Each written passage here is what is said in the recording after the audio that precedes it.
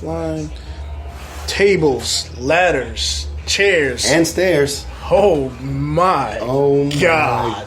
How many times did we say that tonight? I lost track after about... When did the ladder match finish? About 10 minutes after it started. Yeah, I lost track after that because my mind, like... It was a good ladder match. A good ladder match is an understatement. I think that match is a perfect example of quality over quantity. I know a lot of people like matches to go long. I like matches to go long too. But if you deliver the quality that match delivered, it could have been 5 minutes and I would have been happy. It was about 20 minutes long. And we're talking about the Dolph Ziggler versus Luke Harper match, which up until the main event, that was the match of the night. I mean, up until the main event, that was match of the night, hands down. Right. There was no denying. Ziggler and Harper, I mean, they put on magic in that ring, in that match. And, and not only that, I mean, that match right there set the tone for the night for a question that I kept asking throughout the night. Was that supposed to happen? Did somebody really get hurt? There was at least 3 or 4 times that each one of those guys, something happened and made you think, like, did that really happen? Is he really hurt? Did you remember when Ziggler was on the outside? And Harper was climbing the ladder? I thought he was concussed again. Oh, yeah. Legitimately. This pay-per-view is a great way for WWE to end the year. We'll have to do our recap for NXT, Our Evolution, another time. I mean, that's a whole other just unbelievable show in its own. But TLC, I think they came to play. They showed up for this one. Yeah. I mean, I love TLC for the gimmick part of it. I mean... Dude, the matches were just... Okay, let's... Quick rundown here. There was maybe 2 matches that I thought was a bit of a letdown. That would be the tag title match and the chairs match. Those are my 2 letdowns of the night. You said tables match? No, the chairs match. The chairs match and the tag match. We'll get to that tables match in a little bit. That match was just... Oh, man, that's another match that gets my seal of approval, at least. Right. For a great match of the night. The tag team match was right after the ladder match. I guess for them to follow up that match is kind of hard, right? Because of how great that ladder match was. But Miz and Mizdow, for me, the match was going good. It was starting to build up. It's just how they decided to end it. It didn't. What's the word I'm looking for? Didn't satisfy my exactly. It's a match that had potential that they just kind of dropped the ball on. But then again, it could be. If it was the first time that this is going to happen in this rivalry that they have, I'll be okay with, because remember how we were complaining about matches that happened over and over and over and over again? As long as they have somewhat of a different finish every time. Right. Kind of like whenever they have rivalries between tag team, and then like before they go to a pay-per-view, like on a Raw, it'll be one guy versus another guy. Yeah. On SmackDown, it'll be the other guy versus the other guy. Yeah. On the next Raw, it'll be a mixed tag team versus mixed tag team, or it'll be something like that. Some weird. And then it'll always be something different comes the main event. Well, like you said, I kind of hope that this is maybe the start of a feud and not the start and end of a feud type of thing, you know? I kind of would like to see this go on a little bit longer. Maybe build up some more tension between the Usos and the Miz and Mizdow with the whole Naomi factor in there now. Maybe she's going to play a part down the line. You never know. I can see her inadvertently interfering, causing matches. Yeah, that would be something interesting to see. What match was after that? I believe it was the tables. No, it wasn't the tables match. It was the chairs. No, the stairs match. I like that match. It was nice different introduction. It was different to a new concept. And I'll say this. You know what I like though? Real quick to interrupt you. I liked when Rowan was setting up the little wall of stairs. It's like it was almost as if he was setting up his own Rubik's cube. Well, you know he's a mad genius now, apparently, and he's about 2 points smarter than me. Do you have the papers to prove that? In my other pockets. In your other pockets? Okay. My other. We'll compare. I think Rowan might be a little bit smarter than you. A little bit. But that match was... I would like to see another stairs match in the future. providing they get two superstars that can actually work well. I mean, there's going to have to be two big guys, of course. But I think Roman did a very good job in this match. Oh yeah, he put up a pretty good fight against the Big Show. It was really interesting to see how they were going to pair the two. At one point, I thought maybe Big Show would have just been too overpowering, or just been a squash match. But they played it off pretty well. Where it had some back and forth up until the end. Right, and like I said, throughout this entire pay-per-view, I thought to myself, was that real? Was that supposed to happen? So there were some points in the match where I thought to myself, maybe there might have been a botch. But maybe it kind of affected how it went after that. Yeah, and it was one of those matches where, like we said, it could have gone either way almost, but the outcome was good enough with Big Show walking away with the win. Maybe and the fact that he pinned him the way that he did. Oh yes, I mean, like they said, showing respect, having to use the stairs to kind of keep him down a little bit. Right.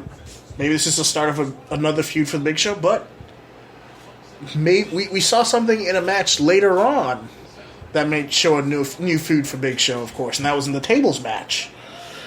Who came back? We saw the return of I forgot his name, Roman Reigns. We saw the return of Roman Reigns, and not to take anything away from that tables match, which it was one of the better tables matches I've seen John Cena in. Far better than his match with Sheamus back in 2009. Are you serious? That match was a travesty. This one, on the other, I mean, this match with Seth Rollins had everything. We saw Cena do the double attitude adjustment to J&J Security, which I called. You did call it. You did say he was going to do that. We saw multiple attempts at each guy getting put through a table. We actually saw one guy get put through the table, but the match continued. Referee was knocked out. We saw both guys go through the table at the same time, and we saw something that we thought was going to be amazing. And even though it didn't happen, the idea that it could have happened was a curb stomp through the table. Oh yeah, I mean from the top rope. I know this match pretty much had everything you could have possibly wanted to see. It had a return. I mean, it had a big return. To me, the return is like the kitchen sink. It's like the icing on the cake. And I like the fact that they used Big Show as the person that Roman Reigns came in to take out in that match, because Big Show's coming down to so to say put Cena through help Seth Rollins win the match by putting Cena through a table and everything. They would have given that man his mulligan. But if only they gave him his mulligan, right?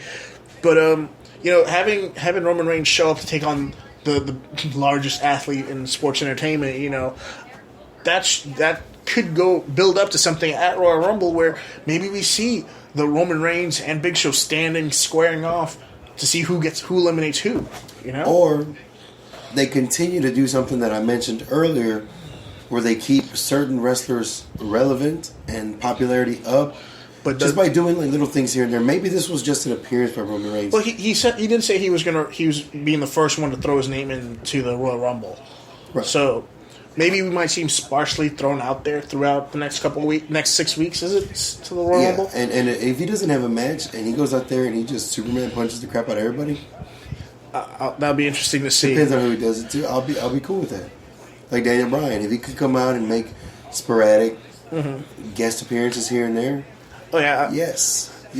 We'll get to Daniel Bryan on our next show, a wrestling rundown for next Friday. But let's get on to the next match now. I was surprised the tables match was so early in the show. It was the fourth match on the card, that was a little bit surprising to me. Mm-hmm. But I guess WWE's like you said, they're going a different route in there. I don't think they're going a different route. Did you listen to the Austin McMahon podcast? Yeah. He made a comment that, as much as I'll deny, because I don't want people to question my love for wrestling, it's kind of true. The attention span of the main demographic. True, it's not that large. And it's there, but 5 minutes into the match, it's like they're on their phones. And I'll be honest with you, I do it. Yeah, I guess the ladder match hooked us from the start. We had a couple matches that may have lost us. The table match brought us back in. Right, because if this was 8 years ago, we would have said, if somebody would ask us like how the match is going to go, like, oh, they're going to have all their boring matches in the beginning, exactly, all the good matches in the end, and they did that a lot. Oh yeah, they because it was always pretty much you'd have seen the John Cena versus Seth Rollins match either last or third to last. Then the Divas match in between them and the main event is how it would have normally gone. Right, because the title match would have always been the very last match, exactly. No matter how boring it was. Exactly. Unless it's the Royal Rumble. The Royal Rumble. Wasn't there one year where the Royal Rumble was the very first match on the card? I'm trying to remember which year it was, but I remember there was one where that was the very first match to happen. We were kind of shocked that it happened that way. I can't remember which year it was. I do remember where the Royal Rumble wasn't the main event, where it was a title match. I can't remember which one it was, but I don't think I remember. I guess we're gonna have to refresh our knowledge for the next show. Then right. we'll definitely have the answer for which Royal Rumble that is, and we'll bring you a Royal Rumble by the numbers, like they always do. Then the match after the tables match was the Divas Championship, which I was happy with. Remember, I have to get myself out of the mentality that he's a heel, she's a heel. I don't want them to win. Like I said, if I was a wrestler and you put me down 1,000 times to set me up for one epic something, I'll be okay with it. And I'll agree with you there to the point that if this was the end of the feud between Nikki, the Bellas, and Paige, I'm going to be really disappointed. And if this is just this continuation of it, then I have kind of high hopes then. But I was going to remember, Lita and Trish they weren't continuous throughout their 6 years. At one point, they were friends. That is true. They were. But I guess for me, it's how the match ended. It had a good build. It was going back and forth. Just when you think it was going to pick up a little bit with the ref tossing Brie out, they ended it. Well, they ended it in perfect heel fashion, exactly, which was awesome. But it left you wanting more. That's at least for me. Especially when you have somebody with the ability of AJ. Exactly, you want a little bit more. It's kind of like seeing. I don't mind seeing Kane and Big Show job. Yeah. But how do you have somebody like Tyson Kidd and Dolph Ziggler job to somebody else when they're True. better than the person that you're pushing? Exactly. So it's like. That's something that really bugged me. Like, with the ability of AJ, do something else with it, It can end the exact same way, but just do something else with it. Exactly. They could have done something a lot different with it. I mean, let's see where they go with it. Hopefully Royal Rumble picks up something a little bit differently. Then, of course, you mentioned Kane jobbing and stuff. Kane in the chairs match with Ryback. Wait, that match happened? Yeah. The match happened, but for the most part, I mean, it was one of those things where it was a very forgettable match. Probably the worst match of the night. And I wouldn't say it was the worst match, not because it was a bad match. It was just the worst because the other matches were just that much better. But here's my thing about chairs matches. Remember back in the day when Kane had his mask on? Yeah. And Austin would hit him in the head with a chair? Yeah. And it would take about 37,000 hits to the chair to finally put this man down? Yeah. And then 3 weeks later on Raw, Triple H would hit Kane in the back with a chair, and Kane would go down like a sack of potatoes. Yeah. You have a match where, of all the weapons, it's the most inconsistent weapon. It's inconsistent because if you hit somebody with a chair, why wouldn't you just continue beating the crap out of them? Exactly. Because nobody gets up after 1,000 chair shots. With the ladders, you understand maybe you get tired after picking up such a heavy object. The steel stairs, same thing. The tables, there's some fatigue. It's not like somebody's going to set up 1,000 tables in a row, but exactly. I can hit somebody 1,000 times with a chair. Exactly. It was not. To me, I guess it wasn't long enough. It was just so fast and done with. It was over and done with right away. Right. I walked out of the room for literally 2 minutes, came back, and the next match started. Yeah, and that next match, of course, was the Rusev versus Swagger, which I was happy with it. I was a little disappointed just because of how quick it happened, but at the same time, I guess they're trying to play off how strong Rusev is, even though he's supposedly injured and stuff like that. But once again, it goes back to quality, not quantity. Exactly. They did 2 or 3 things in that match that haven't been done in a while, and I think it increased the quality of the match and increased. Maybe how much respect I have for Rusev and his character. It's going to be interesting to see where they go with Jack Swagger now, though. It's going to be kind of. I want to see if are they going to push him still after Rusev, or are they just going to forget about him again for a couple months and then bring him back? Right. You got to wonder. It seems like they're setting Jack Swagger up to be the person that takes down Rusev. It's just I guess a waiting game for us now. Right. I mean, he has the perfect finisher to do it. Exactly. WrestleMania, maybe. I don't know. Maybe not Mania. I think it's just going to be one of those things where we got to sit and wait. I can't see Rusev winning at Mania. It's one of those things where it's Mania, he's going to have to lose. So in a way, Well, I would rather him win at Mania because we have to look at these guys and judge them. What are they going to be in the future? Mm-hmm. We can't judge them how we feel about them now. That is true. Like The Miz, I still judge him very harshly. You know, but they've given him title after title after title, and he hasn't gone anywhere. Well, what if he was like in Austin back in the day? Mm-hmm. You know, what if they would have just squashed him? He's just a bald-headed redneck with black trunks. True. He would have squashed him. He would have gone to TNA. Opportunities. He would have gone to TNA. Probably. And TNA would probably be on top right now. Who knows? But yeah, it's just you have to start. I think that's why so many heels are winning now, because you have to start establishing these guys, making people take them serious. Because what if they do become the next Triple H, the next? That is true. You know, like Undertaker, because I know Undertaker was heel for a good portion of his career.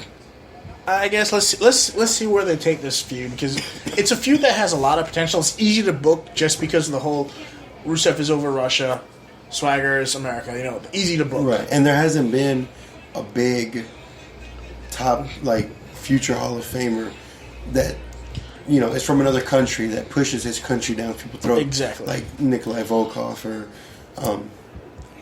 the Iron Sheik. Exactly, you know, or Roddy Piper to an extent. You know, and I'm just going to jump into the main event, the TLC match: Bray Wyatt versus Dean Ambrose. I said Ziggler versus Luke Harper was pretty much the match of the night. After that main event, it's a tie for match of the night for me. I mean, I would say it's a little bit better because it's a ladder match, plus tables, plus chairs, and plus the story. And Dean Ambrose did pull out, what was it, 3 different size ladders and hit an elbow drop through a table on each one. I mean, it was what, as Michael Cole put it, a 10, a 15, and a 25-foot ladder. He could have got a 50-foot ladder, but as he told couldn't carry it. He yelled to the crowd, "I can't carry that one." I guess it was a little too big for him to handle. Too big. But what do you think about the finish of that match, though? Do you think they're playing up the whole mystical power type thing with? No, I'm thinking. Bray Wyatt's got to win some of these matches. I mean, Jesus Christ, if he's won the last 2 though. Right, but like look at his WWE career thus far. How many matches can you name that he won? I can name maybe 4. He beat Kane at SummerSlam. He beat Daniel Bryan in was it Elimination Chamber? No, I think that was like a. Was it Royal Rumble? One of those. Oh, well, that was a Wyatt family victory. It was a Wyatt family victory, though. Yeah, it was the last year's TLC. Exactly, it was TLC. That's right. But he beat Jericho. Yeah. I mean, he really had. If you really think, no, did he beat Jericho? I thought he lost to Jericho. The thing he lost to Jericho on Raw. God, we're gonna have to go back and watch. We're gonna have to go back and watch so much Raw and SmackDown. There's a lot of, and like I said earlier, SmackDown's quality is increasing big time. It's like, what really caught my attention was when the Authority defeated. They beat down Team Cena. Yeah. Inside the ring. I'm like, wait, when did this happen? SmackDown. Yeah. They're doing significant stuff like that on SmackDown now. But let's get back to the main event, though. Yeah. So, we saw Bray Wyatt pull out all the stops. We saw Dean Ambrose pull out all the stops. I mean, those two have got some chemistry that I don't think I've seen in a long time between two of the top speakers right now in WWE, and probably 2 of the most, I guess, creative-minded in a sense, wrestlers in the ring. I mean, we don't see that too often nowadays, where you give not even the, I guess, you can't really call them the top guys in the company, but they're up there. I call them the future. They're the future, exactly. And they're the ones getting the main events. Because if you think, Dean Ambrose has been in the main event in 2 out of the last 3 pay-per-views, right? Bray Wyatt with Dean Ambrose now, I mean, the last 2 matches that they've been in it's just been epic. The build-up to each one of the matches has been epic. How long do you think they're going to ride this? You know what? They could end it on Raw as long as they end it the right way. But see, I see this as possibly one of those feuds where they can end it at Royal Rumble and then just pick it back up later on in the year again. It's one of those feuds where it's never. I don't think it's really ever going to be over, just because of the status of these 2 guys as being such great talkers. They're so great at giving the promos and telling a story that it's going to be hard to keep them away from each other. Yeah. And that's one of the things that I'm looking forward to the most with these two moving forward. You know, I can easily see this little feud, that little tiff that they're going through, so to say, leading all the way up to WrestleMania and ending with a spectacular WrestleMania match, which more than likely is going to steal the show. Unless CM Punk returns. No, it's not. That's not going to happen. We're going to have to talk about that in another show. Yeah. Out of 10, what do you give it? What do you give the pay-per-view out of 10? 8.75 or 9. I give it an 8.5, and so I only do that just because of two of the matches on the card. I would have liked to see a little bit more, but aside from that, the matches that did showed up, and they were epic. Yeah, and the matches that I wasn't 1,000% happy with, like I said, I am okay with certain things if they do it differently and it doesn't happen as often. So there it is. We give it I guess it'll be an average score of what, 8.5? 8.7? It'll be an average of 8.75. It's a must watch. It's got our seal of approval. You guys got to check it out. TLC 2014. We're out. Stay tuned for next Friday's podcast, guys.